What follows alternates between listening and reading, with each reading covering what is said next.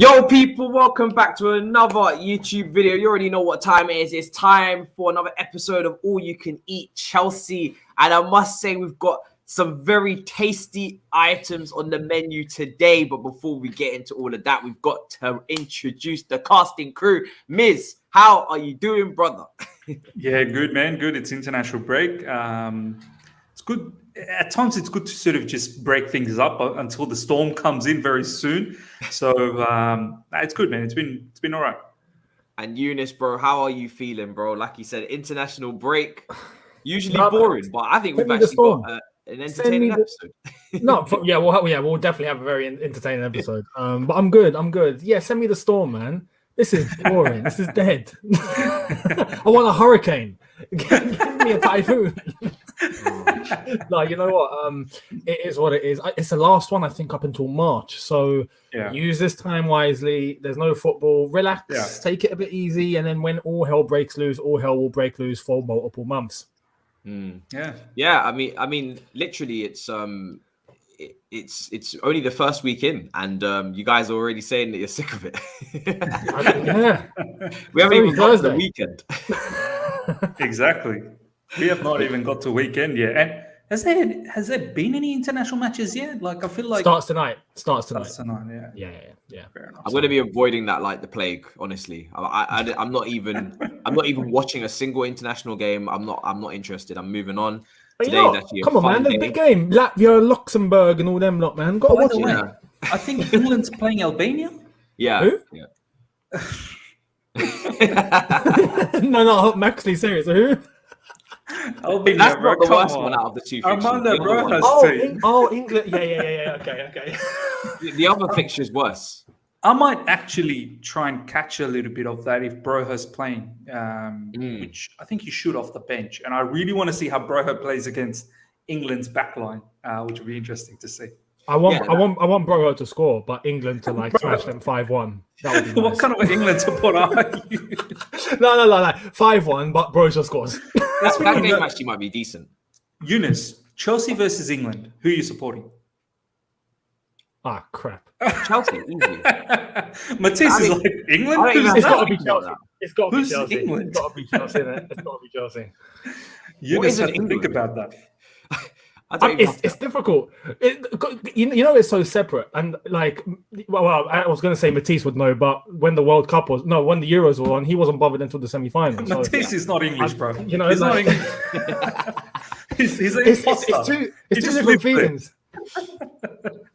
Matisse is probably more Irish than he's English, to be honest. Honestly, I don't think any nation has got me really, that committed as Chelsea do, to be honest. It's not Here's the thing.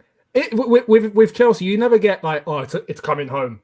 That doesn't exist. This is an England thing. It's true. You know what I mean? So it's true. But the difference is the pain if it doesn't happen. Like if Chelsea lost the Champions League final, I would be in tears. Whereas when England lost the Euros, I was like, God damn, that's a damn shame, isn't it?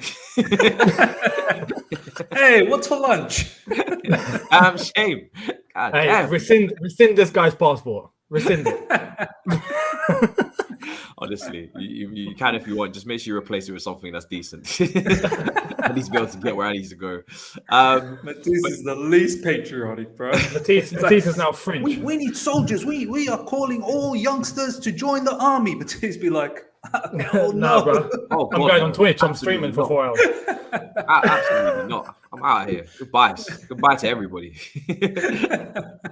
But today we got topics, and it's not international, guys. So don't worry about all that in the chat. There's definitely Chelsea topics. I thought it would be interesting if we broke down each situation contract-wise for the defense that everybody's panicking about now, and go through them individual by individual to start off with the show. And some of them are easier than others. Some of them take, not even a couple of minutes to discuss in terms of what the issue is, how it's going to be sorted, and probably the likely conclusion. And then there's a couple guys who are very, very complex, and I'm having a good time debating people on these situations as well. We were just talking about backstage Miz before we started as well. And obviously, you know, guys, later on in the show, I've got a tasty little verses for you that you're all familiar with, just not in this department, shall we say. So, but we'll start with the contracts. I think we'll start with Azpi because he's easy. You know, I think I don't have any worries at all that Azpi stays another year, to be honest. And maybe that's just me being naive because he's been here so long. And maybe he's going to surprise me and say he wants to go back to Spain or he wants to go back to Marseille in France or whatever. But I think it's quite obvious with Azpi is that he's getting 1 year extensions. He's above 30. The 30 plus year rule is applying now, and I think he'll sign up. Any worries about that for you, Miz? No, not at all, man. I would like him to stay at the club. My only thing is, what's his ambition as well? Because does he want to keep starting? Is he okay with being a rotational player? All of that is very important. Do you know what I mean? Like the rise of Chalobah means soon we will start seeing him more in RCB role, right? The rise of Reece James means he's probably going to play in the wing back. What happens if, you know, Thomas Tuchel thinks about going 4 at the back? Then what happens with the Azpilicueta situation? So personally, I want him to stay because of the leadership and whatnot. But is he willing to stay if he doesn't get enough game time? Is he humble enough to himself to say, I am getting older, I am getting a bit slower, even though I think his performance has still been very good? Is he humble enough to say, for the greater cause, because I love the club and I've done everything, which literally he has, right? He's won everything with Chelsea. He's the most decorated Chelsea player of all time, I think. There you go. Just need the Club World Cup left. And that's it. He would have won everything. Then he would have won everything. So it's really up to him. I think Chelsea wants him to stay. I think for our future generation, it's good that he sticks around. Whether he's going to be on board, that's the question. And just before I push it to Younes, I think it's funny because I think his level is probably better than every single United defender.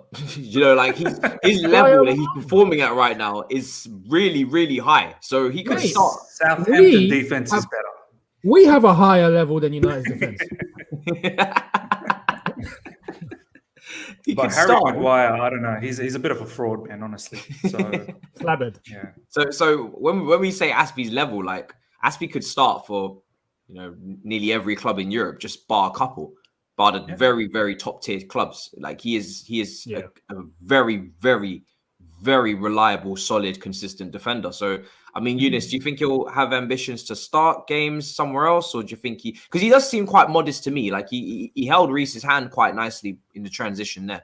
Yeah, he's definitely someone I feel like understands the situation. You got to remember as well, he's been here for time. He's been here for ages now. 10 years? Like, nearly 10 years. Nearly 10. Yeah. So he came in the same window as was it Eden Hazard? I feel like the one before. No, was Eden Hazard's window? He didn't win the Champions League with that. Yeah, so he won the Europa League. He won the Europa League. Yeah. So that's next year would be 10 years. Or the end of next year would be 10 years. He's been pretty much like a starter throughout, year by year by year by year by year. He knows in his head, everyone knows there's gonna come a time where that's gonna have to start stopping. And we're reaching that. So he's had this time. He'll definitely be humble to go, I've had my fair share of being the starter every week and all that. And it's only just beginning to transition. So he'll be there for the other lads. He'll be there as the club captain. He's the club captain. He knows his role. And I think he'll retire at Chelsea. I think we'll see the similar sort of thing that we saw with not even like JT or Lamps, because they left. But left. End of career. I actually think he'll just retire at Chelsea. Unless he goes back to Spain to help, I don't know, his hometown club or something. I don't know. But I feel like he's mature enough. He knows his role, and we'll see him just see it through. There's no worries. I would love it if he retires at Chelsea. Honestly, I think he will. Yeah, that would be immense. Who was I don't think we've had a player that's just stopped playing after Chelsea. Have we? Drogba's gone. Cole went to. Now Drogba went to like everyone 5 left. different other clubs. Yeah, Drogba was like, I'm going to China. I'm gonna get the pay. He played for Galatasaray as well. And then And City. Galatasaray and Canada, Went to Aston Montreal. Villa. Yeah. Yeah. It's weird. Has anyone actually just stopped playing went at to Chelsea? Arsenal. Like we don't actually have anyone who actually not any of the big legends. I don't think. What's going on?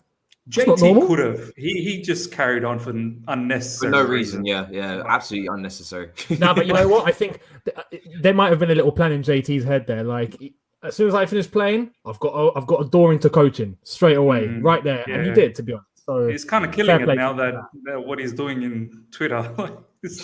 mate. Does anyone want to coach like that? Ask your missus, man. Ask your missus. He's doing exactly what Jody Morris wanted to do while he was employed here. Oh man! But John Terry's got the exception to actually do it. Yeah, but what do you guys really think about that, Matisse? What do you think about that JT doing what he's doing? I mean, I find it funny. I think it's hilarious because he's not employed by us. Now, if he was employed by us, it's a different situation. True. But I don't think he's on his own devices. He'll ever come to Chelsea and coach. I don't think that's even on the table. I don't think those cards are on the table. I think only Lampard was really going to have that chance out of all of our legends. I think so far, like Drogba's not going to do that. I think for now, I don't see Terry at all. Maybe down the line. No, I honestly think Terry and the club are just not on that. They're not on that. You even think maybe like 5-10 years? It's not like that where he can. No. Terry can't be doing that, man, in social media if he wants to be a manager. Like I'm not saying Terry's not like obviously loved at the club in terms of like being a legend, but I just don't in terms of a working relationship. I don't see that happening at all. No.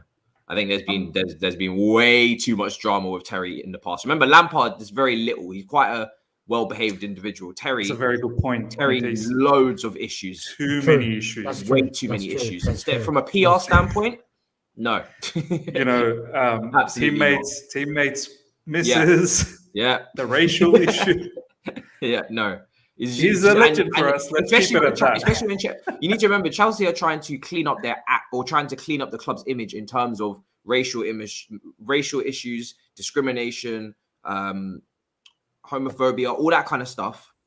Then you bring and if you bring John Terry as manager, you're just gonna put all that stuff back into the media again.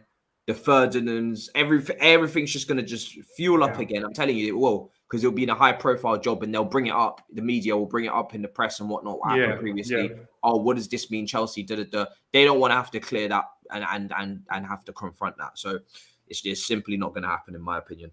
That makes sense. But yeah, but Azpi could retire here, but at this point, like you said, none of them have. So it's like it doesn't feel like it's possible. But hopefully he does. I just checked his age. He's only 32. Azpilicueta. Yeah. Feels like older because he's been here for so long, but he's only 32. That's pretty young for a defender. But yeah, he came here when he was like what, 23 roughly, 22, 23? Yeah, I guess so. Yeah, 22, 23. What a bargain purchase meant for Marseille. We went crazy that window. We signed like Oscar, Hazard, Azpi. Yep, that was a good window, man. But yeah, that was a good window. We did a lot. I think we got KDB in that window as well. Probably. Was it? And then what? Loaned him back to Genk. Yeah, I think so. Yeah. Did we get Salah as well, or Salah the year after? Salah probably, around that time too. We had a great window. Technically, a great window. Michael Imanalo is going to Newcastle, isn't he? Potentially. Yeah, potentially. And we know how good of a recruiter he is. Like you said, De Bruyne, Lukaku, Courtois. But he might be going as director of football. And let's see how good of a recruiter he is from the Championship. I'm being honest. People laugh at me as soon as I say this. Like, you guys wait till December when they're last. Like, seriously. I actually think Eddie Howe is a really good appointment from them. I think it's actually quite slept on what an appointment that is. Because they're setting up for the Championship. They're setting up for the Championship. I think he'll keep them up. To be honest, no, you're right. I think Eddie Howe is an appointment where in the back of their heads they're thinking just in case as well. If he keeps Newcastle up, they'll still be a good team. If they go down, Eddie Howe's the man you want to bring you back up. Yeah. So it's a win-win. I'm not even joking. It's a win-win. He's done it with Bournemouth, man. So I think it's a nice cushy. Yeah. He's the guy before they go nuts. Yeah. Exactly. Like exactly. he's the Mark Hughes before the Mancini. Like he's the one before they go absolutely nuts. Yeah, you know, he's the Ranieri before Jose. And like he's good because if they have to start off by bringing in young British talent or players in league, he'll be able to like push them through that phase to get them into mid-table, and then when it's time to like light shit up, then in comes someone world class. Exactly. Newcastle ain't winning anything in terms of Premier League stuff for another 5 years minimum. Yeah, easy. Minimum. Yeah, they'll get relegated this season. I'm serious, guys. Honestly, you're certain, mate. Have you put a bet on it? How come you're so certain? Bro, they're the only team left they haven't won a game after 11 games. They're the only team without a win. Their next fixtures, just have a look. Tell me which one they're going to win. Just have a look at the next fixtures and tell me which one. I think they've got Burnley coming up. They're only 5 points off safety, though. They're not doing it, bro. They're not doing it. They're simply not doing it. I need to take. If they do it, they can clip me. People can clip me on this one. Right, Newcastle are 5-4 to go down. Fixtures are fine. They've got some good fixtures. They got Brentford at home, Arsenal away, Norwich at home. Do you think Brentford at home was good for us? Huh? Yeah, but Brentford just lost to Burnley. They gave them their first win. Yeah, but I don't think Brentford's going to wake up. Burnley just drew with us. Home. They're good fixtures. Now Burnley just drew with us. After that, it gets a bit sticky. But look, man, I'd be very, very surprised if they make it. Honestly, very surprised. That Newcastle 5-4 to go down. You put 50 quid, you're getting 112 back. That's a shit bet, man. Oh, more. That's shit. That just proves my point, Younes. That they're favourites to go down. No, actually, it's weird. They're fourth. They're projected to finish 17th. There's Norwich, Watford, and Burnley below them. So anyway, it's tight. Why are we talking about these peasants down at the bottom of the league? Yeah, because one of them just got a 1-1 draw to us, which, by the way, means we're winning the league. Just saying. I love it. I had to be an elitist there. Sorry, we're going back to Chelsea. I had it put up on my Reddit and I laughed. I couldn't believe it because I didn't know. 2014-15, we drew 1-1 to Burnley. 2016-17, we drew 1-1 to Burnley. This season, we've drawn 1-1 to Burnley. Is this from the new What I told him, I was like, "You've got to start a new thread, my guy." Oh yeah, he's taking a break on Twitter as soon as a stat like that comes out. Bloody hell! Jesus, incredible. So we've spoken about Aspi. Yeah, I'm going to move on to someone who's not. I'm going to take it in turns here with this whole saga. We're going to move on to a certain Christensen, who right now everybody's like, "What's going on?" Well, first of all, with Christensen, obviously we've seen Matt Law. He came out and said, telegraph that Christensen's team, I'm going to say his team because it's a team effort to have these contract negotiations. No player, very rarely does a player sit in there with someone like Marina and negotiate it for themselves. I wouldn't dare try. I wouldn't advise it either. You probably come out paying her money every week to pay for the football club to play. So you probably should go in with an agent and a team. Pay as you go. I mean, I like I said, I made contact with her at the bridge in one game that I went to, and I'm pretty sure that I lost about a $5. So I had a $5 in my pocket, and then I didn't. So I don't know what happened. I don't know if she pickpocketed me or. Bro, she pickpocketed, bro. She's the accountant. she went in your face, like. It's like that's going to the transfer budget. I was transfixed, and now we've got an extra $5 in the transfer budget, like you said. Yeah, so it's wild for me. So I speak from experience. But when it comes to Christensen, I think his team are so smart, because yes, he's about to probably double his wages from 70k to 140. You spoke about it, Miz, but.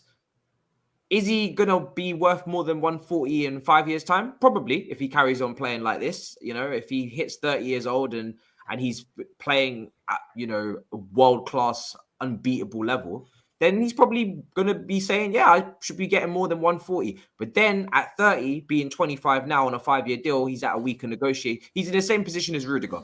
And he's looking at Rudiger with a year left after having that 5-year deal and say, hold on a second. Yeah. He can't get how much he wants. Yeah. So why the hell would I try and get involved in this little scramble in 4 years' time. He's looking to the future.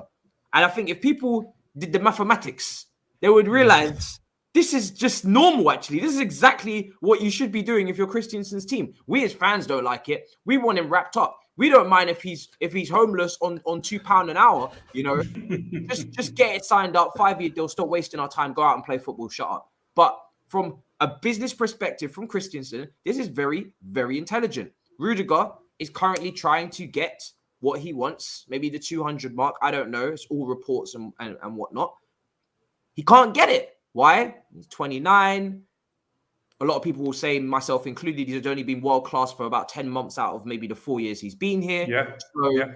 You know, if we change formation, is he still world-class or is he just going to be very good again? Is he then going to be actually worth what we're paying him? There's also been ups and downs. I tried to explain this on Twitter. Worst platform in the world to try and explain things. So I'm not going to do that again. But people need to remember, and we're going to get on to him in a minute, but with these centre-backs and staying on Christensen, 12 months ago, did people want them to stay?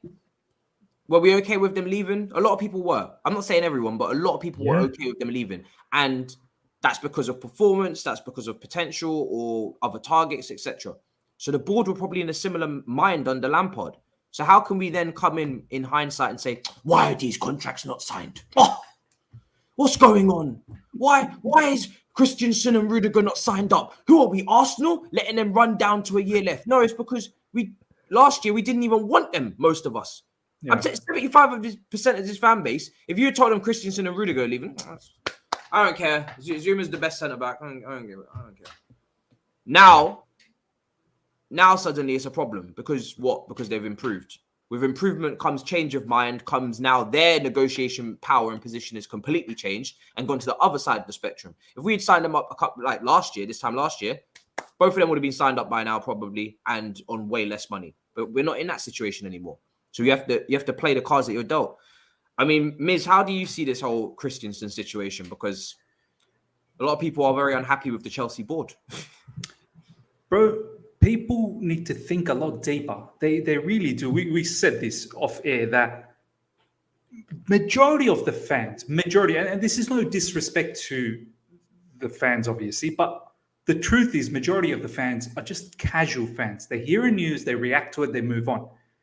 People like yourself, people like Younes, myself, and many other YouTube content makers, or even the hardcore fans out there, do sit down, see a news, analyze the pros, cons, logical approaches, and tries to understand the whole package. I've seen so many tweets, bare tweets in recent times saying, oh, here we go, Chelsea board stuffing it up again. Rudiger, Christensen, they're mad. I hate my club. I hate it. You know, like Marina out. Do you know what I mean? Like, I'm like, dude, it takes two to tango. You can't clap with one hand. You won't hear anything. You need two hands to clap, right? So Christensen has actually been offered 5 years. That's what the report's been saying in The Athletic. He's actually been offered 5 years. Chelsea actually think, you know what? We believe in you, Christensen. We think you're a very good defender under Thomas Tuchel. You've been doing well, and maybe you could lead the line. Here's 5 years contract for you. We'll double your wages as well. You're on minimum wage anyway, so we'll bump it up to 140K. I think that's reasonable. He's then sort of turned around and said, well, initially, I think the word was he was happy. He was like, they agreed verbally on this deal. I was like, okay, 5 years. Yeah, all right. I feel good now. Nothing in this world. Yeah. Just look at Harry Kane. And then he went away, and I think his agents and everyone, as you said, Nati, said, well, look at what's going on with Rudiger down the track. Yeah. You want to be in that situation. He's like, oh, let me rethink this. Before I sign the dotted lines, let me rethink this. He's gone back, counter-offered Chelsea and said, I don't want the 5 years. I just want 3 years. Chelsea's like, whoa. You don't want the 5, you want 3. So, as you said, he's looking after himself, which is just as fine. He believes that 3-year contract keeps him open for other clubs as well, just in case there's a bumper opportunity comes in from Real Madrid down the track, PSG, big-time money. Easier to break a 3-year contract if you're in your second year or even in your final year, as opposed to a 5-year contract and they want to purchase you in the second year. A lot of transfer fee that they're going to pay, and that's against Christensen's negotiations power. So that's one thing. The other thing is, if he does well and he still wants to stay or Chelsea still wants to keep him, he can ask for even more wages.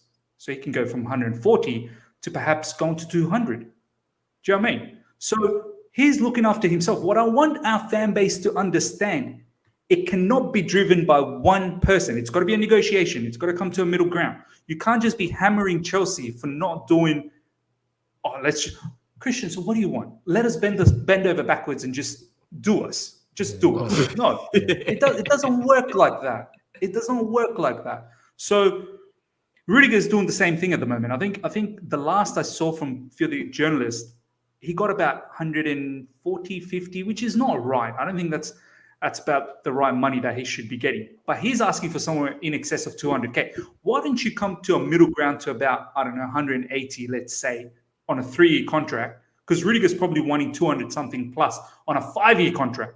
Because this is his last chance to get a big contract. Yeah. So people need to understand it's not always Chelsea's fault. Now, a lot of people are saying, but Miz, what about Danny Drinkwater? What about Ross Barkley? What about all these mistakes that we've made? Just because I've made a mistake, that doesn't mean, okay, you know what? Let's continue making mistakes. Let's just continue doing this. We are trying to fix ourselves now. We're trying to operate in a sensible manner. You do need to understand giving wages to these sort of, and everything is circumstantial. Right now, Thomas Tuchel's playing 3 at the back. They're looking good. What if next season Thomas Tuchel goes, F the 3 at the back? I'm going gun-ho. I'm going mad. I'm going to score more goals. I don't care about the defense anymore. I'm a striker now. Yeah, I'm a striker now. I'm the captain now. I'm the captain now. So is Rudiger and Christensen suited for a back 2? Also needs to be asked the question.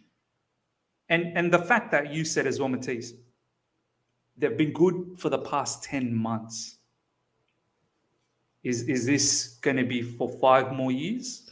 Exactly. Is this going to finish soon? It's too there is a risk factor.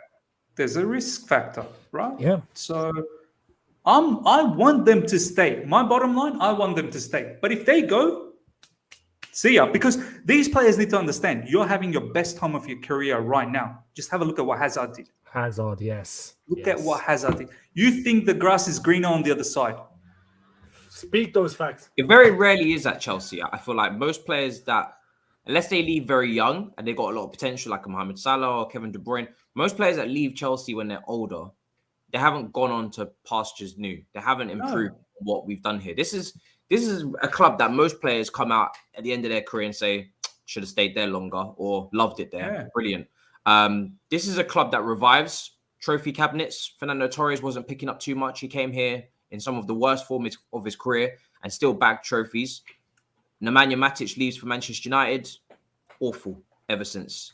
Probably not won a trophy or anything major. Maybe the Europa League with Mourinho. I don't know. They won the Europa. Nothing substantial since he's left. Hazard, like you said, the same. Courtois left for Champions League and then we won it. So there's a lot of players that leave here and it doesn't really get better. Now, I'm not saying that's exactly how it's going to pan out for those two again, but I think especially for Rudiger at his age, I think he's at the best club he could possibly be. And we're going to get onto him with Thomas Tuchel. Christensen for me is more important to keep if I had to pick, because I think Christensen, we have spent so much resources and we've developed him so much and we've gone through all of the trials and tribulations. For him to now go and be a success somewhere else is going to piss me off more, because we've done the work for that guy. We've done the work. Do you know what I mean? And then as soon as he gets to his level, where he's now world class, and maybe we can see it for 5-6 years, because he's not in the peak of his powers.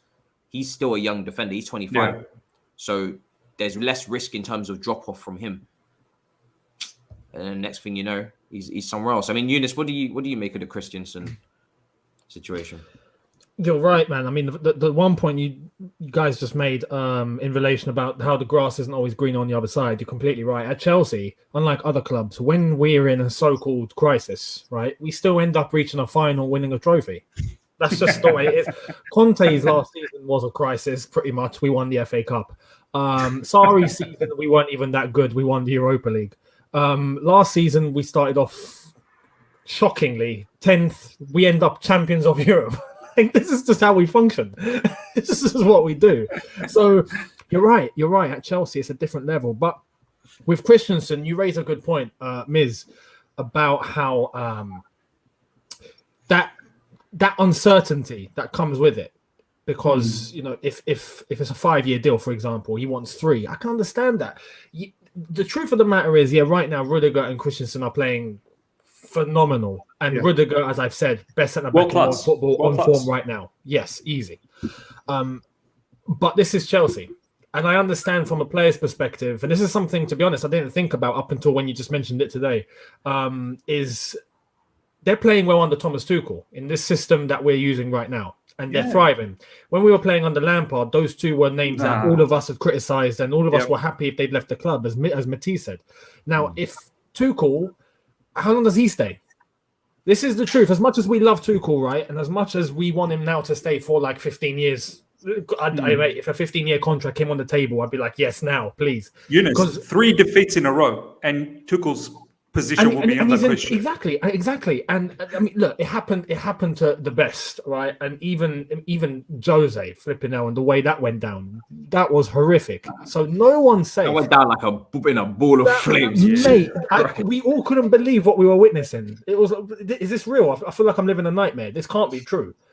With Tuchel, it's all nice now. Maybe going into next season, it might still be nice. But what about the season after that? On average, Chelsea managers do not last more than 3 years. And Jose is the only one that's reached that since Ranieri. So you've got to take that from, you've got to put a bit of realism. And I think Christensen and Rudiger both know if something happens, Tuchel loses his job, which is very possible because it's Chelsea and this is what we do. Another manager comes in, what happens then? Do they end up going back to a back 4? Do they end up playing how they did under Lampard? You never know. So it all comes with risk and stability and trying to really analyze all angles. And I get that. You raise a good point there. So Christensen, I think, to be honest, will sign. I think they'll come to some sort of agreement. The one I'm worried about is Rudiger. Christensen, I think, yes, there might be some issues at the moment. Don't know, but I'm guessing it's got to be the agent, because Christensen said he's happy, said that he's, more than happy to stay and keep playing his football. Chelsea are clearly happy with him. They've offered him a deal. They've even put a thing on the Fifth Stand app yesterday with the latest about Christensen, trying to calm everyone down there. It's all okay. So I think he'll sign. Rudiger, though, different story. But Christensen, I think, will stay. I hope they come to some sort of middle ground, maybe a 4-year deal or whatever it will be. But I think for me personally, and I just want to preface this, I think for anybody watching, I'm pretty sure we want both of them to stay, right, guys? Oh, yeah. In the night, yes, right. Now we do. Because I can already see it in the live chat. And I'm going to be in the live chat later, but I don't know how much I'm going to be in there because I've got filming at this time when it goes up. But, we want them to stay. I really, really want both of them to stay. I think they've both been brilliant. Our whole defense has been world class this calendar year. I've said it on every show I've been on. I've said it on London Clubs Carnage when I was making my team of the season yesterday, that Christensen and Rudiger should be in that team of the season so far. Mendy should be in that team of the season. Our defense should be just the whole defense. We are literally the best defensive team in the world. Rudiger this year has been one of the best centre-backs on the planet, and Christensen has been right alongside him. The way he played for Denmark, the way that he has stood up and been counted for when he's had to come in for Thiago Silva in big games at half-time or in the middle of on 30 minutes or whatever. These two defenders have been, for me, top 3 best defenders on the planet this season. If you want to throw Diaz in there, UEFA Defender of the Year, Premier League, win with Man City, go ahead. That's fine. But nobody else, for me, is going above or forget above. No one else is getting involved in that top 3 discussion. Yeah. If it's not those two, Rudiger and Christensen, straight after. I don't care who they are. It's not possible. Nobody else is getting involved. Apart from our own defenders. Thiago Silva, and maybe Azpilicueta. Nobody else gets involved. Mendy, clear, far away the best goalkeeper. Alisson making more mistakes this weekend. So I've been showering these guys with praise, 100%, and I'll continue to do so. But I'm also not going to forget the fact that I was okay with them leaving at the start of this year. Rudiger, who we're going to get onto, there was a lot of commotion and drama, and he was quite a polarizing character at the club. Off the pitch, on the pitch, I wouldn't say he was world class. So I was like, okay, I'm ready to part ways. And Christensen had just been dropped physically at Stamford Bridge. John Terry was in the comments on Instagram saying you need to get up. And I was like, is he ever gonna really stand up and be counted for? These were concerns. These were legit concerns. I'm not gonna pretend like as if I've always felt these two were 100% gonna stay. I had a lot of questions, especially over Rudiger. Now Christensen, he was young, so we'll give him a bit more time maybe. But even Christensen, question marks. Same way I've got question marks on Pulisic's injury record. Let's see how that holds up. Always constantly asking questions. I think if you're not asking questions and you're just blindly saying, or not blindly, but you're just saying, yeah, 100% perfect, no problems, then maybe you're like really repping that player. But for me, I don't rep any players. If something's going on, I'm going to question it. Hudson-Odoi's not playing. I'm going to question, should he go on loan? I'm always questioning everything. But now, they're brilliant. But because I knew how I felt at the start of the year, I can't now expect everything to get done quickly, because as we go on to Rudiger now, there's a lot there, man. Yeah. Hierarchy, disagreements over the past year in terms of appreciating or valuing the player, bust-ups in training. I tackled how I want to tackle. I was asserting myself. I was committing myself in training. Rudiger is a bit too hard on Billy there, though. A bit too hard. You and Kepa didn't need to come to blows. Yeah, but come on, everybody. Come on. It's Rudy. Do you know what I'm saying? Like, if I'm going to go and beef Amati against Leicester for you lot, then come on, wake up. It's training. Get up. Let's square up. Kepa's like, not today, man. My breakfast just went down. Calm it down, man. The eggs have not even fully processed. Billy Gilmore, I'm only a wee lad. What are you doing? There's been moments. Yeah. Matt Law comes out of a Harry Potter book. You can't tell me Matt Law's got a thesis on lying about that whole book. But again, we're not going to get into all that. But you guys know what I'm talking about. Harry Potter book. He's got a whole saga. He's got the whole franchise. The point is that there's been times where maybe Lampard didn't rate him that highly and he didn't use him and he's felt a way about it, and the board, did they back him up? And so much going on there. So it's not even just about money with that. That's egos clashing.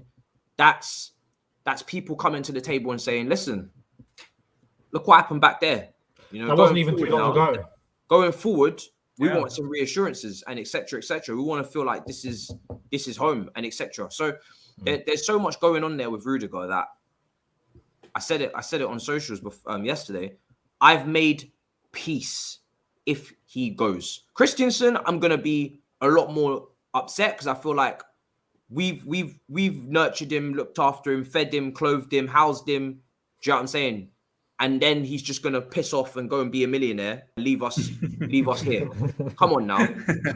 That's just a little bit disrespectful, mate. You know what I'm saying? That's dirty, Christensen. That's dirty. But Rudiger, I can understand. He's been there, he's 29. He might want a new challenge as well. And I think he's made peace. He wants to stay, I'm sure. But I think he's made peace with potentially leaving because he knows that he could be David Alaba and he could collect 350k and keep it moving and get a new challenge. So I think, and again, making peace with it is not the same as wanting it. I don't want him to leave. I think he's been absolutely exceptional. We've moved on past the days of what happened at the start of the year and all the commotion. But has Rudiger moved on? Has the club moved on? Is that being brought up now? We don't know, Like I said, it's a lot of egos clashing. Do they worry about Rudiger when he comes out of this system? I don't want to use Lampard's time as too much of a time to give these defenders too much heat, because I think defensively under Lampard, it's not the most, most organized coach and high level coach to be judging top defenders. I think if anything, the defenders are better than the coach, So, but Sarri, I think he was very good. He wasn't world class. So maybe that's the level for Rudiger when Tuchel leaves. I've said it so many times. Tuchel is the most important man in the building. Yeah. His system is the most important out of everybody. It's easier to bring players into the system than it is to take away the system and leave it to the players. Same with Klopp, same with Pep. And that's how I like it. So because I believe in Tuchel's coaching so much and Tuchel's system and Tuchel's tactics and Tuchel's brain and his man management and his overall overseeing of the squad and the club, I'm less worried if Rudiger leaves because I know someone can come in and they'll do a good job because I think Tuchel will make them do a good job. You know?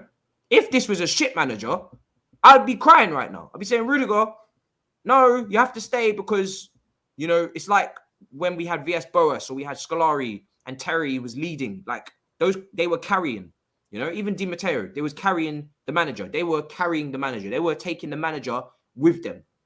This manager is taking the players with them. That's the complete opposite of what Chelsea are used to. Apart from Jose Mourinho, Carlo Ancelotti, Conte, everybody else has kind of been beneath us as a club. You know, they haven't really been on our level.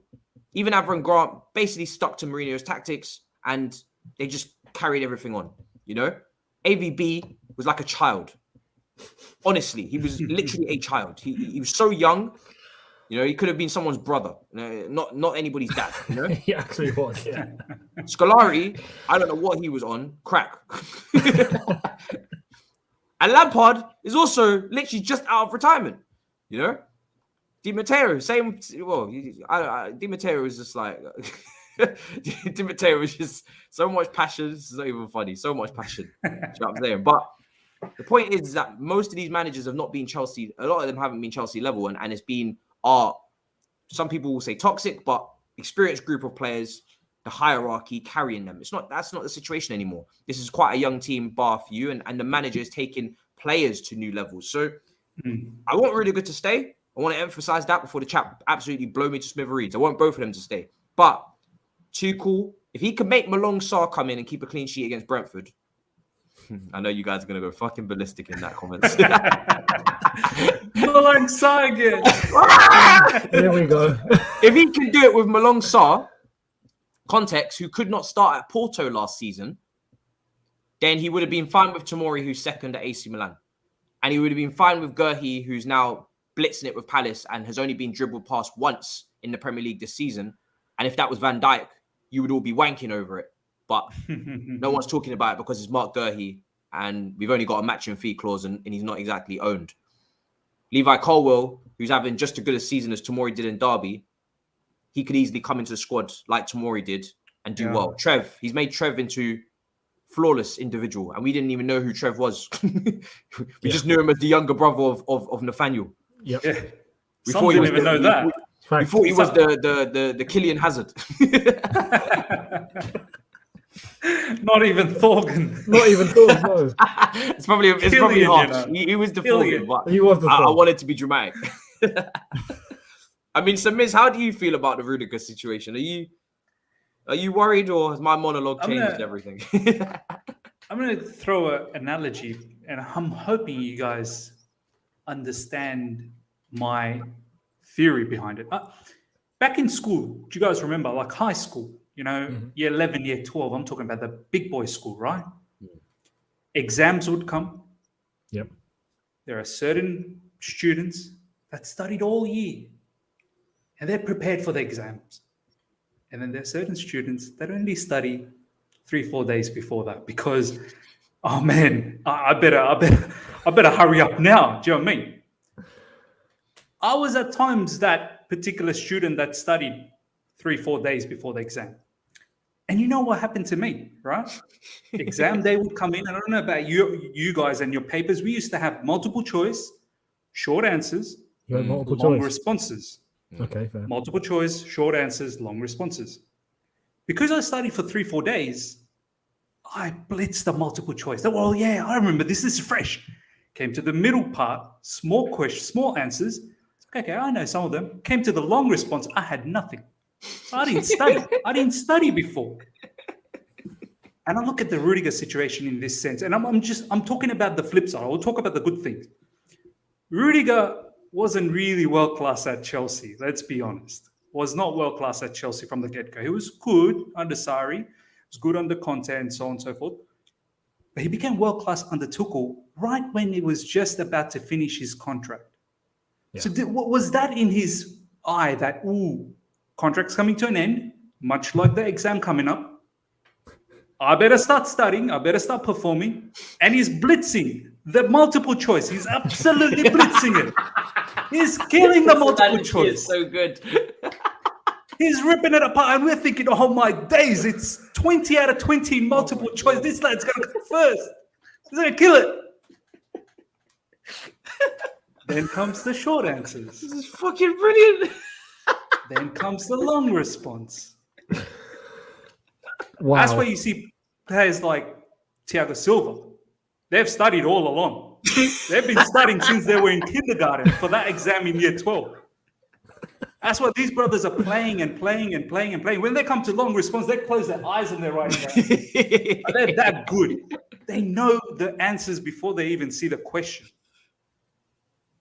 So we need to ask ourselves, is Rudiger that type of a character that it's not just the last 3 days that he studied, that it is going to be a longer period? So that there's a question mark there, right? Is world-class in the last 10 months.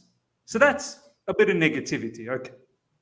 That's the best analogy I've heard since Thiago sounds like some sort of student where if he doesn't get all full marks and he still gets an A-star, he's absolutely fuming. So with Rudy, he's what, 29? He's only 29? Yeah. Yeah, I think so. He's looking for one big offer, and then he's going to be looking at MLS or whatever else, Qatar, God knows, right? He's looking for one more final sort of situation. He's probably looking for a 5-year contract. Take him to on 34. a bumper salary. Yeah. Chelsea knows that, man, you've just started studying. I'm not comfortable. I need to see a little bit more. Is this just a multiple choice section that you're doing now, or we're going to see the long essays soon? Do you know what I mean? I'm uncertain about you, but I'm willing to do something. I'm willing to give you something. And it's this, for example, I don't know, 150,000, 160,000 a week. Rudiger's going, no, you don't believe in me. That's it. No, I want to appreciate it again. Back to what I said earlier. Yeah. So look, I have a feeling he might go, but once again, Rudy, good luck wherever you go. Honestly, you're going through some fine moments of your life right now.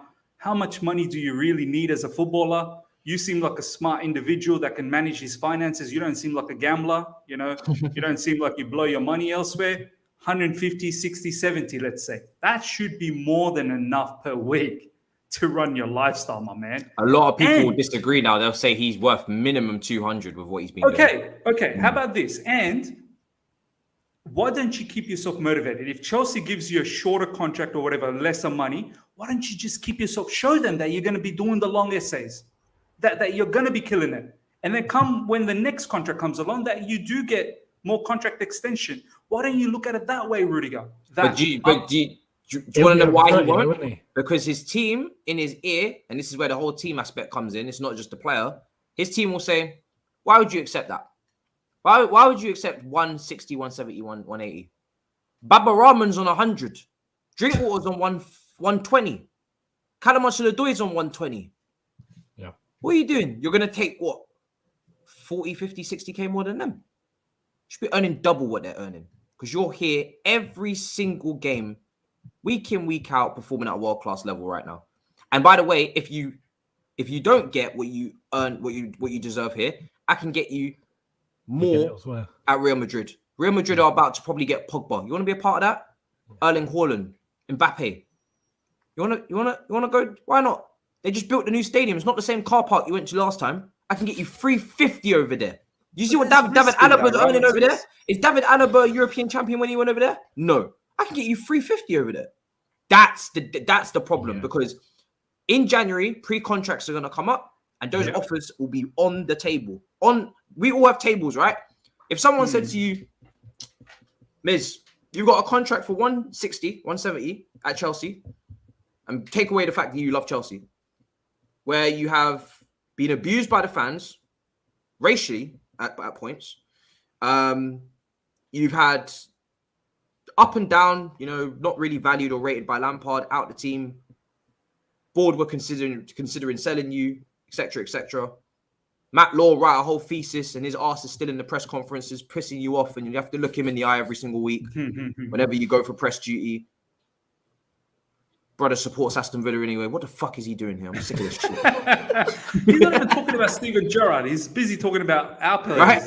Oh my god. You're Rudiger. You got that's what's on the table for 170. Sign on for that.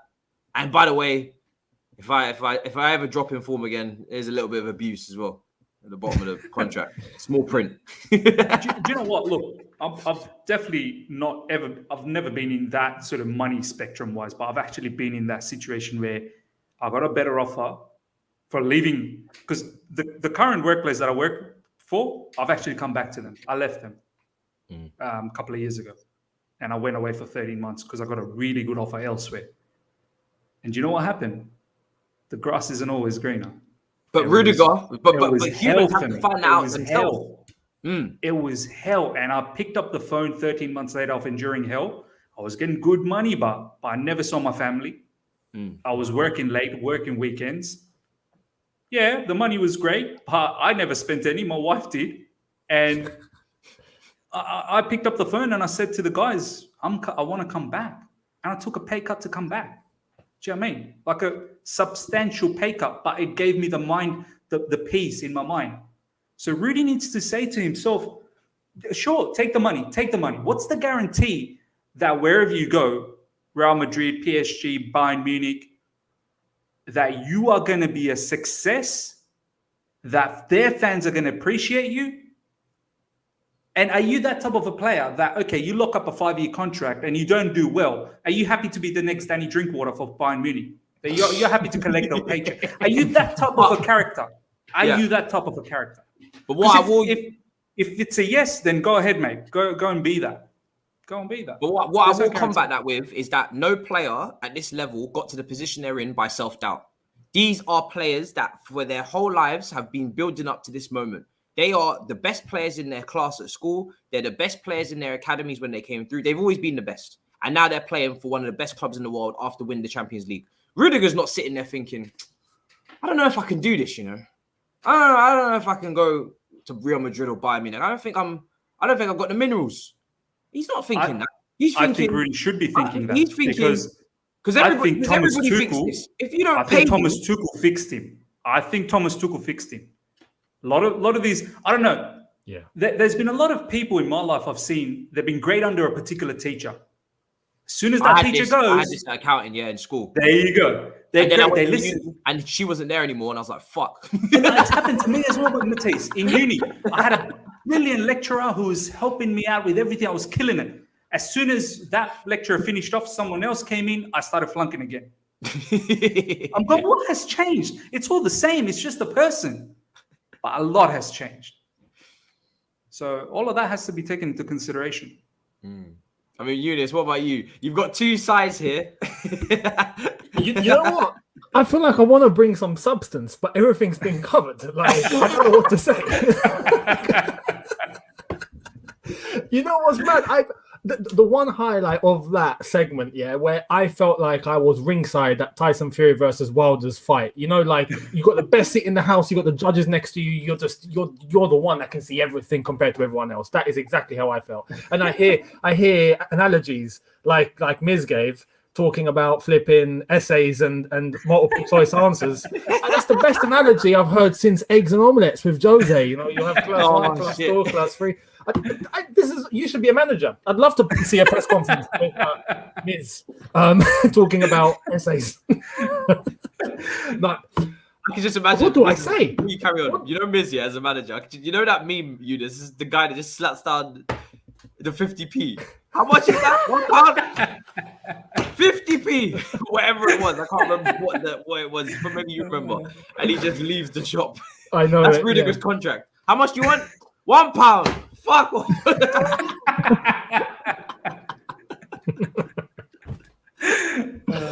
No, bloody hell, yeah. Look, you're both right. It's a tie. You know what I'm doing? I'm just bringing the chat in because I know what they'll be saying if Miz was speaking. Look, look with Rudiger. Bloody hell, where do I start? Look, you guys are both. I can see Miz like, yeah, I've covered everything. You guys are right in saying, look, if he were to go, we will be okay. And that's the one thing that I think we can all come to terms with. Why? Because we've got Thomas Tuchel. Thomas Tuchel can literally pluck anyone out now and turn them into whatever he needs to turn them into. So if Rudiger were to go, cool. As we've established, the grass isn't always green on the other side. We'll be okay. I'd love him to stay because we've got Thomas Tuchel. So this is where it comes. Like, look, I really, really hope he stays. If he were to go, I'd be. I said it yesterday on my video. I'd be broken a bit because it's Rudiger and what he's done. Yeah. But with the points that you guys have made, I can understand. And I think this is what people need to. I want to make this point. Yeah, this is something that people need to understand. A year ago, we all remember what we were all saying, what we were hearing. You brought up Matt Law-Matisse, Aston Villa supporter reporting Chelsea, this, that, and the other. Yeah, and we all saw what went down. And at that time, all of us were like, yeah, Rudiger, Christensen, yeah, they if they go, they should go. We can do without them. And that's how we were all feeling. We're seeing people, especially online, it's online, like we're seeing people now go, oh, but hang on, you want them to stay a year ago. You were saying, oh, you get lost, oh, you're hypocrites. No. People, this is how life works, right? You don't know what's happening tomorrow. There was no indication at that time that Rudiger and Christensen were going to turn into the defenders that we're seeing right now under Thomas Tuchel. There wasn't even an indication that Tuchel would become Chelsea manager. We were all gassed under Lampard, like, oh, lamps. Things change. You adapt. You learn and you move with the process, right? Something the Arsenal fans use week in, week out. But that whole mentality of, oh, yeah, you didn't say that back then. Oh, you're hypocrites. I knew it back then. That's like putting your life savings on black. And yeah, it may come out. Yeah, I'm going to bring my own analogies now, yeah? You're going to a roulette table and you've got red and black and you go, yeah, know what? I'm feeling ballsy. I'm going to take my entire stack. I'm going to put it on black, yeah? There's a chance that, you know what, you might double your entire life savings. And you might come out of that. If it lands on black, you go, I told you so. Yeah, look at me now. Yeah. If it lands on red, you're screwed. You're finished. You're finished. You're going to have to start selling your wife, not just your flipping, like, what else you have. Like, you're going to have to start, mate, you're going to have to do something. You have to rob a bank or something. But there's no indication before you made that decision that you were going to win or lose that. This is how it works. You move and you learn and you just figure things out. Now we know Rudiger and Christensen can play at a certain level under a certain manager, a certain way. Now we're analysing that and we're taking that into context. And we're going, hey, you know what? Maybe they are flipping fantastic when they're coached properly. And right now, that's what we're seeing. So look, if Rudiger and Christensen stay, which I hope, because we don't need anyone else. We don't need anyone else. We've got what we need in Rudiger and Christensen. It'd be stupid to get rid of them just for the sake of getting someone new when we can keep them. Yeah. If it doesn't work out and they leave, we'll be fine because Chelsea always somehow find a way. And if we don't find a way, we always shithouse it anyway. So happy days. And just on that, Younes, that in regards to we'll be fine. And this is where I feel the fan base now really, really, I think we kind of touched on this last week as well. Our academy really needs to be, serious respect needs to be given. And I still see few people laugh and mock. I used to do that a long time ago. I've stopped because the list is now pages after pages after pages. Reece James, Mason Mount, Chalobah, Ruben Loftus-Cheek is now doing a second time around. Come back, do you know what I mean? Tino Livramento, Tomori, balling out in AC Milan, Margihi in Crystal Palace. The list is endless. Biwakoa. If Rudiger and Chris, look, I don't want either of them to go. I think we've established that. But if one of them was to go, then obviously the other one has to stay. So if Rudy goes, Christensen, Chelsea has to do their level best to keep him. If Christensen goes, then Chelsea has to do their level best to keep Rudiger. Either way, there will probably be an opportunity for one player. And I don't necessarily want us to dig into the market and find that one player. That player could be in Cobham. That player is probably already developing, and we need to be serious about this. Colwell, Mbemba, we have to pay respect. A lot of people are saying, but Miz, they're not ready.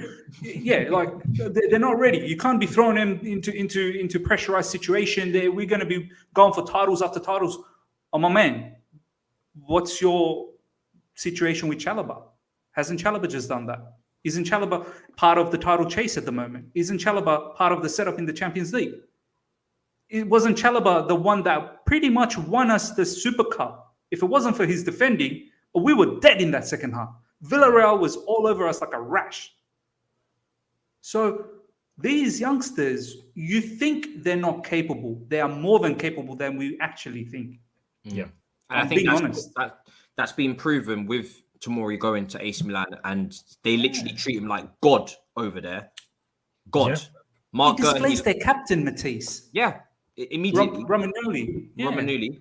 It's been shown with Gerhi's statistics, keeping a clean sheet at Palace, keeping a clean sheet against Tottenham. Well, that's not hard to do because they don't have any shots on target anymore. But even still, only being dribbled past once this season, Mark Gerhi. If in the Premier League, if I have to say that again, Crazy. If that was a player that we didn't know and we'd never seen before, and how old is he? Let me check. 20. Is it 21? 21. Yeah, it's 21 maybe. Yeah. If that was a player that had never been at Chelsea before, if a 21-year-old was performing like he is, we'd be like, maybe we should be taking a look at him. Yeah. Seems 100%. Like a really good up-and-coming defender. I feel 100%. Like when players do it in shirts that aren't ours, then it gets more attention. Livramento, people will be like, now, oh God, that's a guy that's definitely worth 40 million. He wasn't worth that when he was here though. He obviously needs to go out there and when you do it on the state, the fact that these guys are so quick to do it in worse teams at the highest level, which is the Premier League and whatnot, and Serie A's the top 5 league, then of course they can do it here. Look at Tariq Lamptey. As soon as he made his debut against Arsenal, everybody was actually almost saying, "Oh, let's get rid of Reece James. We keep Lamptey instead." It's almost like you got too much sweets. You can't fit them all in your mouth. It's like a kid in the candy store. Oh, I don't need James. He's fat. Get Lamptey instead. Smaller version. I said, no, calm it down. Reece James is going to be world class. Okay, cool. But do you know what I'm saying? Like, it's just there's so much quality coming through. And again, look at Chelsea in the market. And this is not to slag off who we've signed, because again, I want them to continue to improve and to do the business. But what signing outside of Thiago Silva and Chilwell, defenders, have we made really? And Mendy, obviously. But what other side in the front line? Look how many signings we've made. None of them have worked out. If they were all young players, this is the honest truth. Watch how much hate you get for this. You're going to get so much hate now. Yeah, well, it's unfortunate. It's the truth. Luckily for them, I'm busy. I won't be there to see it. If we had Cobham youngsters performing the way that Ziyech has been performing this season, overall, not in one game, you can say to me he's been better recently. The way Kai has been performing. If we had a striker that we had from Cobham finishing the way Werner's finished over the last year, missing shots from right in front of the goal. Career over. Well, we had it with Tammy briefly, didn't we? Yeah. But you know what the difference is? These guys cost 40, 50, 60, 70 million pounds. Yeah. We invested to bring them in. And funnily enough, that affords them more patience than the people that are free. Yeah. You didn't pay anything for these guys. So they don't even have to be stars because you're not paying. This is just only profit is being made here. If they're good, you sell them. You get 18 million for Mark Gerhi, who's never made a Premier League appearance. Mad. You stick a £40 million buyback on Livramento, who's never made a Premier League appearance. Never even played a senior game. Why? Because you know what it is. Matisse, do you remember Barcelona's best run, the Xavi Iniesta time? That was their best run when they. How many players came from La Masia during that time? How many players were? So many. I think Pedro was from the academy as well. I think they have the record for the most players fielded from their academy in a Champions League final. And two finals, 9 and 11, I think, as well. They beat Man United twice. How many did they have? And they had the most players from their academy. Pedro, Iniesta, Xavi, Busquets, Jordi Alba, I think. Jordi Alba. Does Messi count? Yeah, does Messi count? Not Because he came when he was a boy. They saved I'm him not and sure. then brought him He through. might and count, to be fair. He might count. He should. Yeah, because if we're counting like, Mason, we've got Did Valdez as well, the keeper? Valdez, Puyol? Did Puyol? Puyol was in the first one. PK. PK. Now Anyway, that's excluding Fabregas and Thiago Atlanta and those guys because they didn't even start the game. And the they bench maybe players as well. There was a lot of people from the bench. So why is it okay for them to field academy players and trust their academy players, which I'm sure that's exactly what Xavi's going to do. In their golden era. Yeah. And it's not okay for us in our golden era. Mm. We do have the best academy in the world. Everybody says it. I mean, we do now. I think there's a case of academy PTSD here because Chelsea was so renowned of not really giving a look into the academy or always trying to just come up with a business opportunity for players that are developing from the academy. You remember like JT made it from, signed at 14, made it through, and that was it. That literally was it. And he was the only one. Christensen was the follow-up. And that took how long?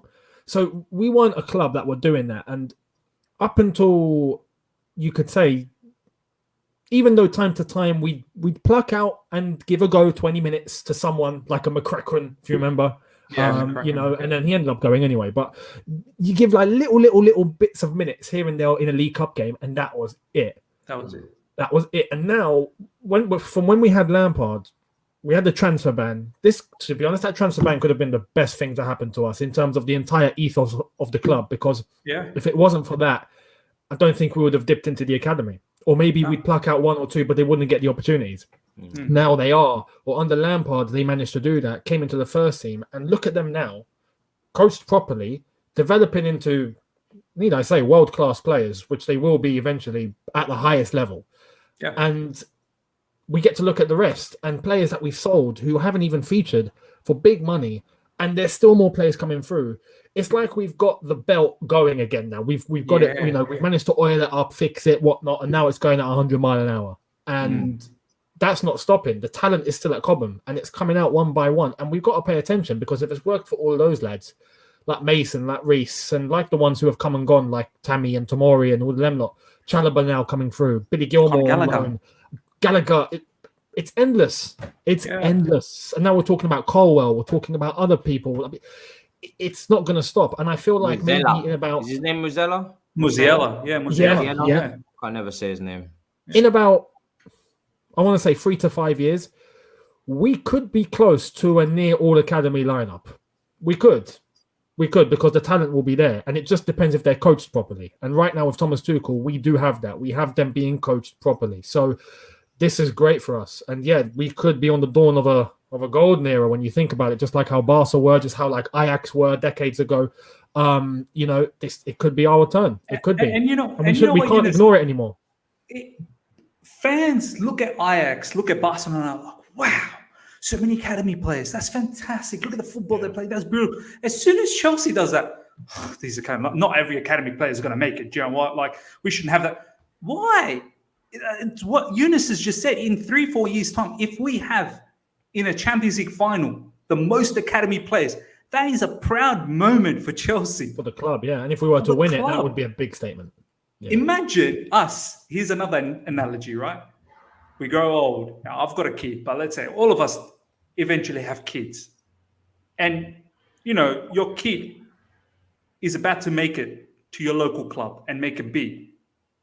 Wouldn't you be happy for that? Or do you want that local club to not look at your kid and buy from, overseas? Like, it's a happy moment. It's your own. It's your own blood that's been doing so well and giving it all for that particular club. Wouldn't you be happy to promote them? So it's like that. Do you know what I mean? Like, these players playing for Chelsea means a lot. I'm telling you, some of the players that we've bought, I'm not going to name names. I don't know whether playing for Chelsea really means that much for them. Do you know what I mean? Does maybe from a work point of view, but that's about it. It's not the same connection like being raised there from 8 years old. Much like some of the lads have, Mason and Reece and all of them lot. some of the lads that we're now seeing in the academy, 16, 17, right now, who have been at the club since they were 8. You know, we were talking about the defensive midfield position last week, if you remember. Yeah. A couple of names I mentioned were people that had been at the club since they were 8. It could be the next ones, you know. So yeah, I think the one criticism that we used to have before, Chelsea, they don't raise their youth.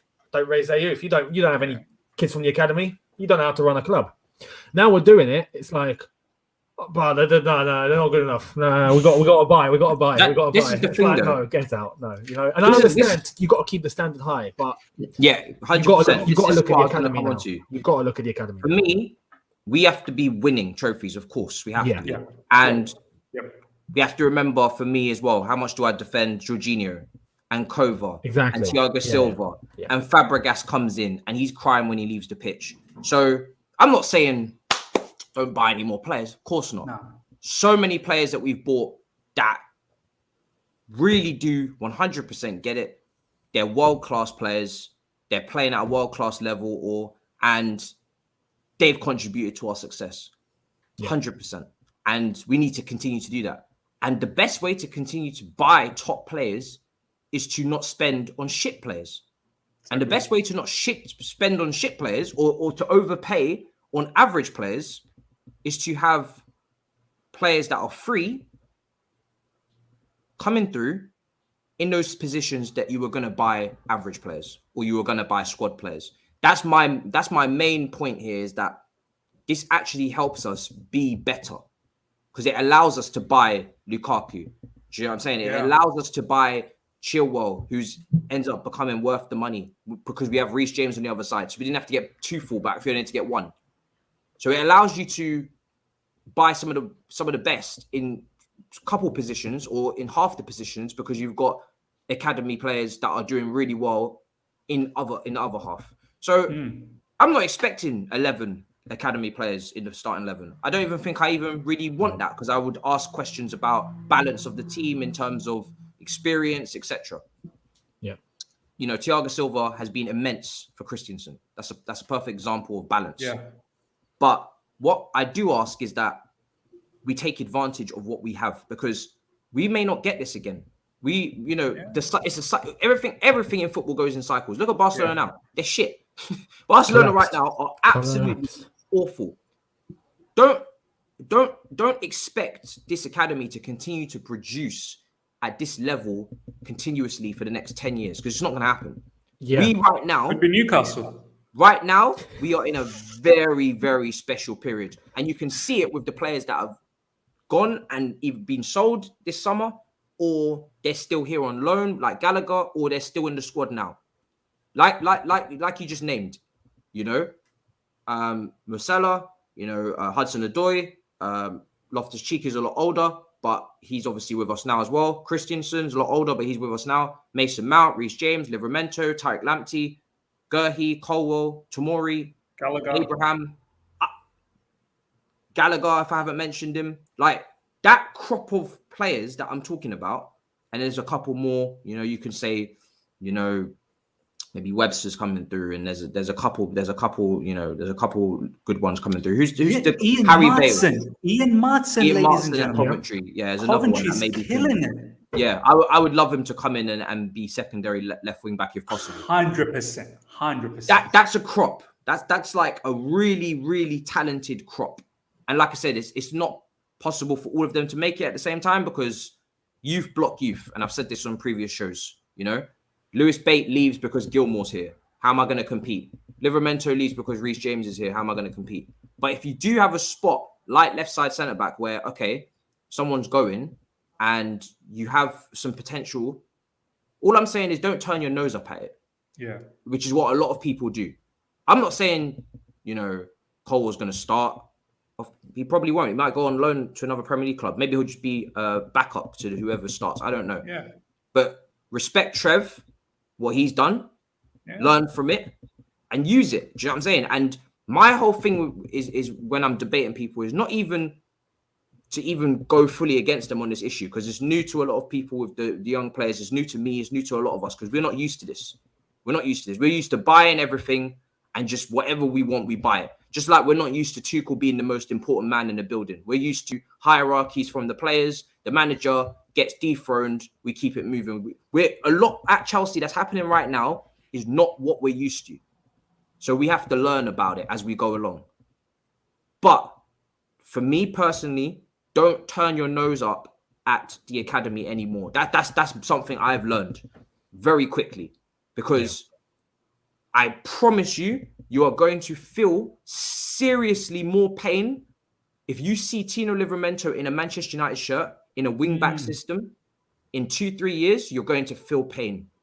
Because look at the pain people are feeling from Tariq Lamptey at Brighton. Yeah. And we've got Reece James. And Livramento, we've got Reece James. So imagine now a defender goes, like Tomori. Even people are saying, can we have Tomori back? So come on, you don't think that will happen again with Colwell? If you don't rate him, you don't understand that he's good. Mark Gurley after a couple more seasons. Mark Gurley's not staying at Palace for his whole career. I'm telling you that right now. Mark Gurley is not staying at Palace for the whole of his career. So when these guys that we coached, we brought up, we coached, we looked after, we improved, we nurtured. When they go and play for our direct rivals, that's when you're going to feel pain. So again, you can't stop it happening from everyone, but you can stop it happening with a few. And we've got a few already, but there's a few more that we can definitely get involved here. And you're only going to understand what I'm talking about when you see one of these guys lifting a title with Manchester City or with Manchester United in 2, 3, 4 years. You're going to be pissed. So pissed. And you're not going to be able to do anything about it back when that happens. These are players with top potential. And the reason why I know that is because I can already say, and people are not going to like this, what Hudson-Odoi, granted the opposition, what Hudson-Odoi has been doing in these last couple of games is exactly the same thing Hakim Ziyech was doing against Krasnodar, Newcastle, and Sheffield United under Lampard. In terms of impact, it is the same level of impact. True. No one can tell me that Ziyech was miles clear of what Hudson-Odoi has been doing in the last few weeks, impact-wise. Yeah. One player is 20 that we didn't pay for, that a lot of people are saying I don't really rate him. And one player is 28 that we did pay for, and everybody deemed world-class because he was at Ajax, and it was far away, and it looked beautiful. And he had the experience maybe because he played in the Champions League campaign. That's the difference. That is literally the difference. That is the difference. So, what needs to happen, I feel, is people need to grasp, and I think this is where we have to pay attention to both sides of the story here. There's both sides of the coin. Hey. But I feel like people, sometimes on both spectrums, people will go, "Oh, we need to buy just for the sake of buying." Right, and ignore the academy. Like, no, we got to buy. We got to buy. Just buy that world class player. Buy that world class player. Buy that world class player. Now, forget the kids. Could not bother with that. Buy. And then you have some other people who are on the complete other side here, going, no, we shouldn't buy. Look, we got this player here. We got that player here. We got that player here. Let's use all of them. Yeah. And both are completely unrealistic. Yeah, true. Both are stupid as far as I'm concerned. Look, what people need to realize is the best choice is what benefits the team. Yeah. Simple as that. We need a player in a certain position. Okay, let's look at both sides. Who's available in the market? Who's killing it? Who do we think has potential? How much are they worth? How have they been performing? Are they injury-free? Are they not? Analyze. Go and scout some players that you reckon are going to be on your watch list, on your short list. Yeah, but do the same for your academy. Don't abandon that. Go, hang on. Those players that we're looking out there for, and we've got names. All right, do we have anyone as good or better in the academy? Let's look and let's see. And you'll know the potential is there. Just like people, fans, just normal fans have been plucking out, like yourself, Matisse, Livramento, and been talking about Broja, and been talking about other players that have come and gone, like Lewis Bay or Gurhey, or, before that, Tomori and whatnot. Like, people have been mentioning those names before they were given opportunities or they were sold. People had already realized there was potential there. So you got to balance the two and do what's best for the team. Take the pros and cons of both and go, shall we go with this or shall we go with that? And do what's best for the team. Do who you think's going to come out as the best option for Chelsea and the starting 11, whether that's academy or we buy. And I think that's just the best way to go. Some people go, oh, you know what? No, even though that player is good that we should buy, let's try our best to just develop this player. No matter how far we think he can go or how little he can do, we're going to force it. You can't force it. You don't force it. You spot the potential. Spot the potential. Even when you scout and you go and look at players elsewhere play, and you come out with scouting reports, and you take that back to the club, and the manager analyzes, or the manager goes out and has a little look himself. You've got to do the same for the academy, whether they go on loan or whether they're even in-house at Cobham. Manager's got to go and pay attention. If he wants to play in a certain position, that player, let's keep an eye on him. Game after game after game after game after game. What is he truly about? What does he do? What are his mannerisms? His character, not just in terms of on the pitch, but off the pitch. What is he like? You've got to understand, just as much as you do everything for a player that's abroad or elsewhere, you've got to do in-house. And then choose the best one that you see fit to come into the team. One will be free or one you pay for. Job done. But I think that's the best way. It's like this. Say, for example, we were in the market, for example, for a goalkeeper. Let's just say. We don't have a top-notch goalkeeper in the academy. There's none there. So go to the market and buy yourself a world-class goalkeeper. Now you want to talk about, let's say, a register kind of player. Someone who can do Jorginho style of stuff, his play. Billy Gilmore, he's fairly decent. Do I just pluck him out, give him the opportunity, let him build up? Or do I go out there and buy, I don't know, XYZ for a whole heap of money? So you need to weigh it up as what Younes is saying. That's where you need to go. Maybe it's better to give the academy boy a chance here, because whatever else is there out there in the world is one, maybe too expensive, and there is always a risk factor whether they're going to make it or not. At least with Billy, we know that Chelsea heritage, that DNA is there. So that from there, we can sort of build it up. Do you know what I mean? Yeah. So we just know he's capable. Yeah, that he's capable. Yeah. I've always advocated that if we can't find a player from the academy to fill a position rightfully, then go to the market, only buy world class. Don't buy your next Danny Drinkwaters. Don't buy sort of mid-range. Because if it's mid-range, just try the academy, mate. If it's mid-range, because you don't know where the academy could go. So, yeah. I mean, you look back on Drinkwater and Bakayoko. I mean, Bakayoko, unfortunately, because he actually had potential, but we had we had Nathaniel Chalobah and Loftus-Cheek right there in that same time period. We decided to spend 80 million on those two, and I mean, we've still got them on our books now. So it's a difficult road to navigate, because obviously, like I said, I can name you 10, 15 internationals over the last couple years that have been fantastic, that have come through here as well. But I think whilst we're at this point of having these high quality young players, just don't rule them out and turn your nose up at them is my main overarching point on this issue, because you're going to regret and you're going to be eating your words immediately, almost immediately. And I think a lot of them have shown that this season. Basically, all the ones that we've been speaking about have been doing really, really well this season. And like I said, that's, maybe 6 or 7 out of a crop of 25. I'm not mentioning the other 10 that are in that age category for the under 23s. Why? Because they're not good enough. Do you know? I'm not mentioning a lot of people that are in the under 23s, because most of them are not good enough right now. They're all the best under 23s that we have are all out on loan or sold. Yeah.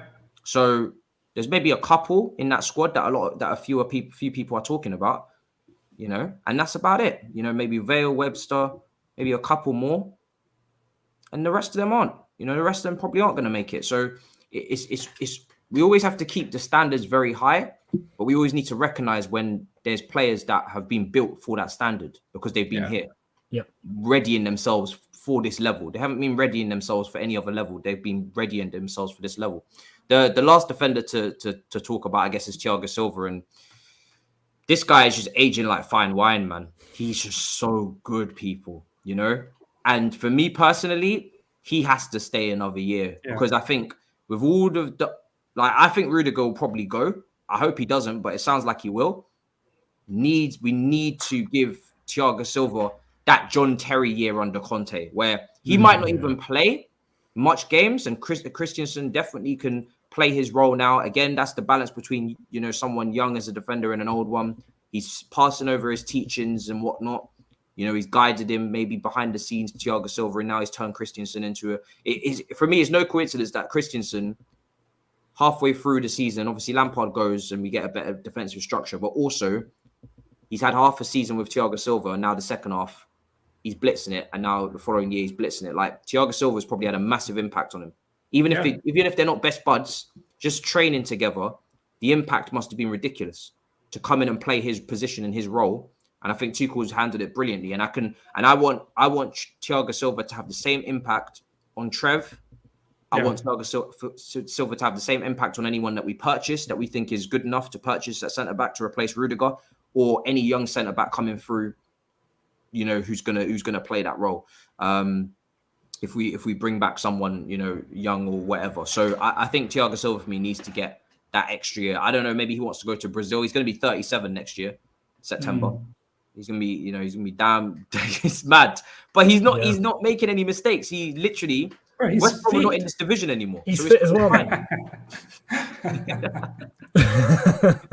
I'm telling you, that was the main issue, West Brom. We're over that now. For me, the guy's fit. And if we are to lose one of Christensen and Rudiger, it's paramount we keep Silva and Azpilicueta.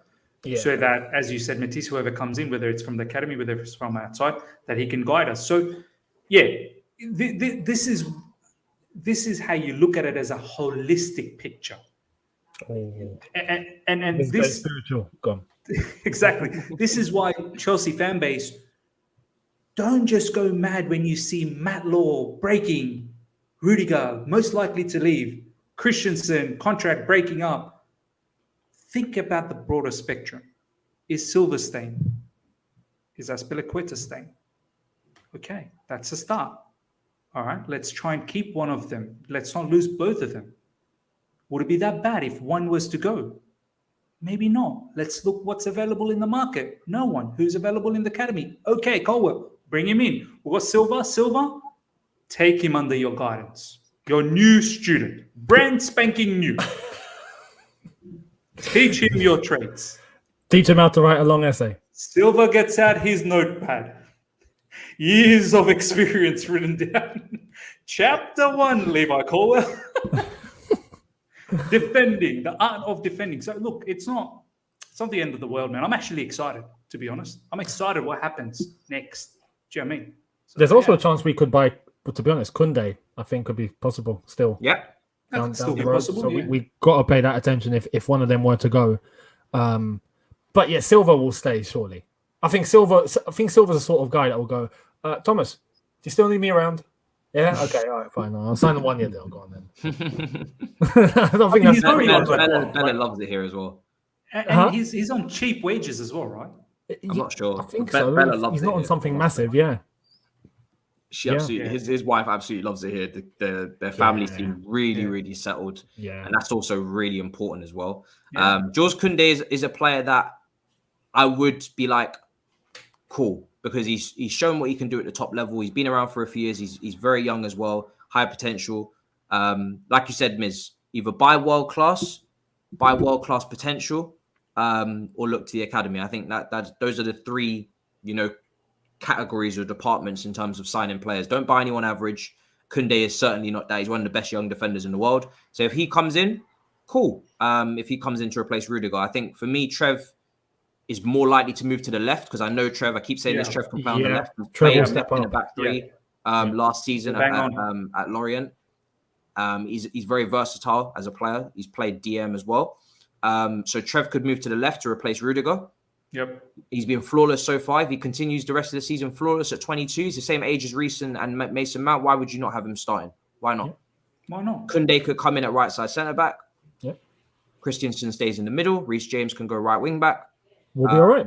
And you keep it moving. And yes, we've lost a bit of the shithousery. I know a lot of people will say, and listen, this is why I want Rudiger to stay, because I do understand the intangibles that he brings. But if you do have to lose it because he doesn't stay, the club will not liquidate. We will not fold. We will continue being great, and we will move. Do you know what I mean? And we will find other elements to our team that we didn't know and that we didn't have. And I always say this as well: when alphas leave, new alphas rise. Always. True. Very true. In any this is just simple, animal planet information. What happened when Mufasa died? Yeah, exactly. So if Rudiger is Mufasa, Reece James could be the prodigal son. Any of them. Right. There's so many of them that could come through.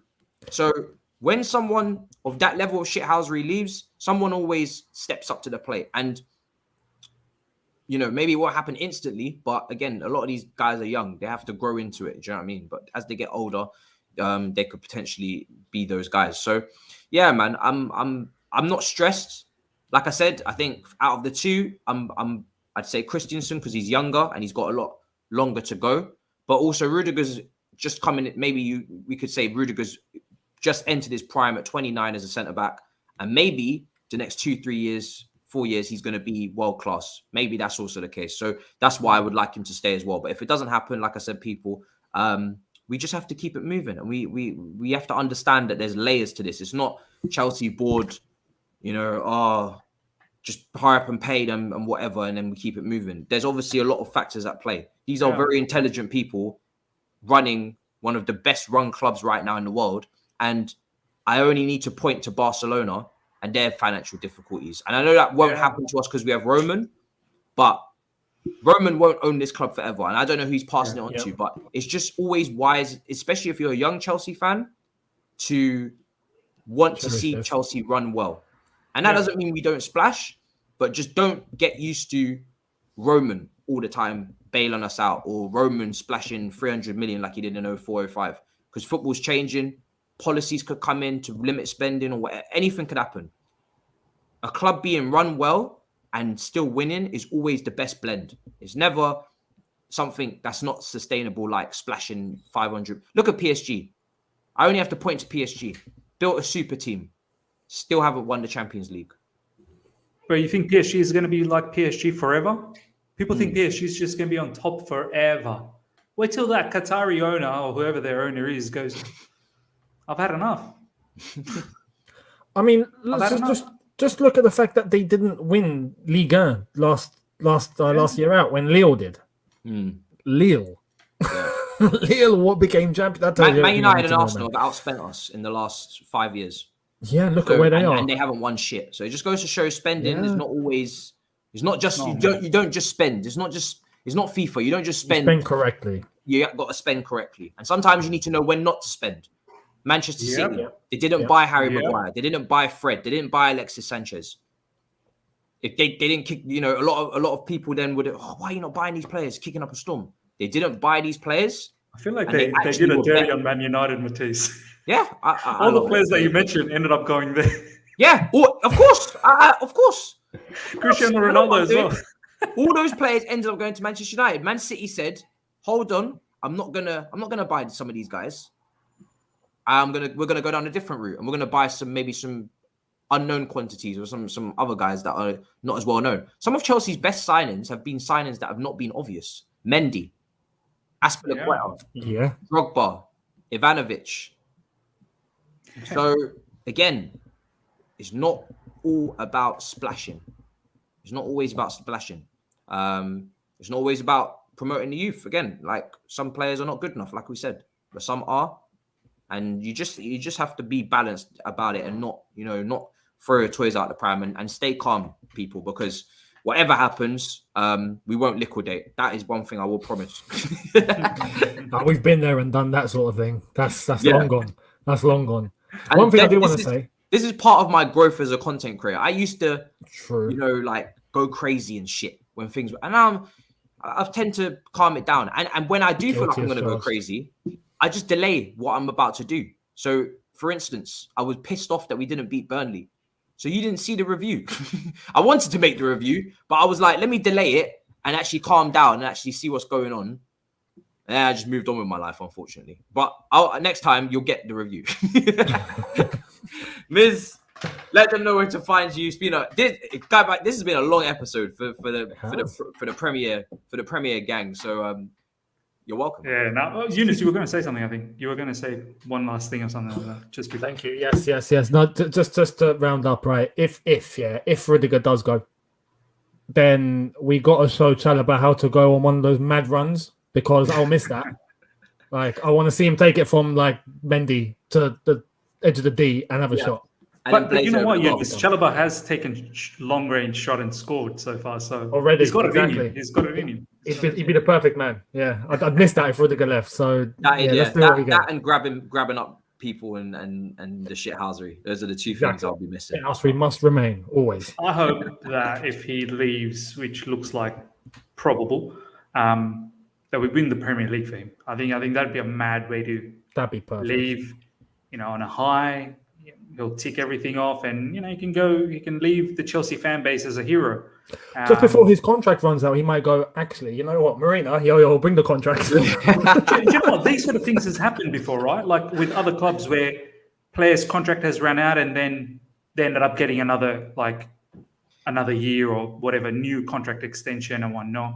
Yeah. Oh, wasn't it with Thiago Silva at PSG that he announced that it was his last game, and then they went they went to the final, and it was so emotional. I heard Leonardo came up to him offering a new contract that, hey, we want you to stay and go for one more last dance with us.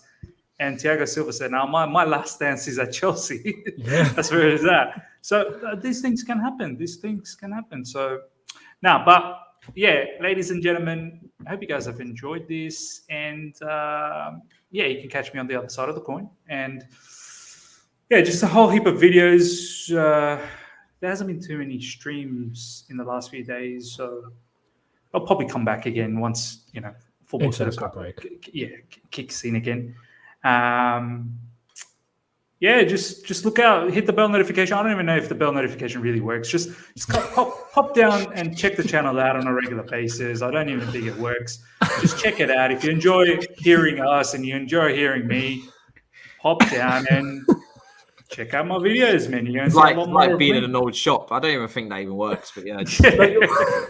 You're right. I don't think it does. I mean, Jan's been complaining a lot about the bell. Do you know what it is? Yeah, it's the house of it's the doorbell. Doorbell don't work. Literally, the bell don't work. It does sometimes, but not all the time. Yeah, just knock on the door. It's fine. You'll see us on the homepage. That's it. The bell will work one day. It should work, and we'll wait for that day. But yeah, that's me, man. That's me. Yeah, Younes, let them know where to find you, bro. Any content coming up?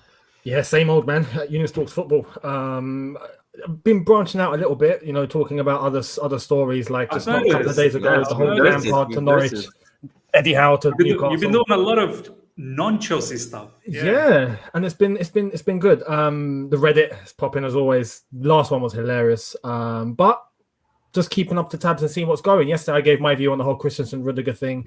Today was a very, very more detailed discussion about that. So, yeah, up until when Chelsea return, it's just going to be see what's popping, see if there's any creative juices in the head and anything pops to mind, and I'll give it. So, yeah. Here's a thought. I would love to see a non-Chelsea video from you, Younes. I don't know whether you want to do it or not. Mm-hmm. Ladies and gentlemen, Steven Gerrard, that's happening. So, I want to see what bad boy Younes has to say about that. Do you know what I mean? That's coming later. It's done. There you go. It's done. And guys, some of that money should come to my account. Royalties will be coming your way. Oh my god! Should we negotiate? Are you after? Negotiate. Meet in the middle now. Yeah, look, give me 20%. 20%, Carl. I'll take that. Let's start off at 2. Oh, Marina, Younes Granastava. Oh my goodness. From me, guys, listen, this has been an hour 38-minute show. You guys wanted a long show. Bored international break, I'm sure. You got it. And mainly, I mean, obviously, we had so much to discuss, and the debate and convo with these guys is always elite. But also, of course, I'm going to take my, monthly international break. As Thomas Tuchel has given the players a week to rest, I thought I might listen also and take that instruction. So, my friends are coming over from Ireland this weekend, so I'm going to be having a lot of fun. So there'll be some content coming out, some pre-recorded stuff. Maybe 2 videos over the next 4 days, something like that. Before I come back next Tuesday. So bear that in mind, guys, for content-wise, obviously. But it gives you an opportunity to really watch this and the London Clubs Carnage, which were both quite long. And, you know, if you break it up, 15-minute videos, this is like 5 days worth of content. And obviously, Big Six is tonight in the Don Robbie channel at 9 p.m. We're on studio. First time I'm meeting Hopes in real life. First time I'm meeting Grizz in real life, Saeed in real life. Only have I met Turkish and Big Steve. So it's going to be unbelievable sitting wherever the hell, whatever studio set that they've sorted. That's really looking forward to that. Yeah. So there's that's going to be over 20k people watching live. That's going to be live, sure. yeah? Yeah, it's going to be live, 9 p.m. I'm going to film that later. I'm watching. After I do the stream with Rants. So I'm going to film that later at the studio. And yeah, we've got our own set, it seems. So, you know, we're going to be there once a month on the Don Robbie channel just to, you know, reach out to another audience. And I'm really looking forward to that show. So yeah, I'm buzzing for that. So definitely check that out, people, at 9 p.m. And also, just before I wrap up, thank you again so much for 19,000. I'm going to speak it into existence. We're not quite there yet. We're like 1 or 2 subscribers away. You guys are going to hit that for me. I know you are. So I won't probably, you know, be able to thank you in the pre-records because I don't want to juju it too much. But, you know, like I said, mainly It'll happen. Mate, you'll be at 20 very soon too. So you know, I just speak it into existence. It will come. Do you know what I'm saying? But major thank you for the support for the first year. Like I said, people, we hit a year last week. I did the video, but I wanted to give a special mention now that I've done the weekly shows to Miz, to Younes, and like I said, for Lee, Toby, and Corey as well, because these guys have been so fucking consistent, literally and a mainstay on this channel. And these are 2 of you guys' favorite shows. Do you know what I'm saying? This is like the pillar of this channel. It keeps it consistent. So big up to you guys, bros. Obviously, it's been incredible. Great moments. Champions League win. Younes being here, and we had like shared the screen and whatnot. Which we should do more now, I think. Yeah, if we can. The Lampard breaking news and Tuchel coming in, and that time, which is kind of roughly around about when the show started early this year, in the new year. So literally, much love to you guys. Much love to London Clubs Carnage guys as well. And yeah, man, many more to come. This has been a brilliant show. So big up to the chat. I hope you man are spamming it with cheers emojis for the 2 boys here. You guys have been brilliant. Thank you. Yeah. And like I said, that menu, right side, there it is. The 3 musketeers. I've currently got my mouse hovering over that. But make sure you guys go and subscribe. The link is in the description. And we will see you next week. And we won't be talking about, I don't think, what's happened over the internationals, because I highly doubt anything crazy is going to happen. But if England lose to Albania. Crazy, yeah. Bro, scores. If England lose to San Marino, I'll probably talk about it. I'm not going to. If San Marino score a goal, we talk about it. Yeah. And I think they're holiday for them. I think Declan Rice has pulled out as well. So maybe Gallagher might get a call out. Who knows? But yeah. Smash up the squad, people. He's not in the squad, but he should be. Under 21s, I think. He should be. Yeah, he should be promoted, but we'll see if that happens. Big up to the live chat. In a bit, people. Peace.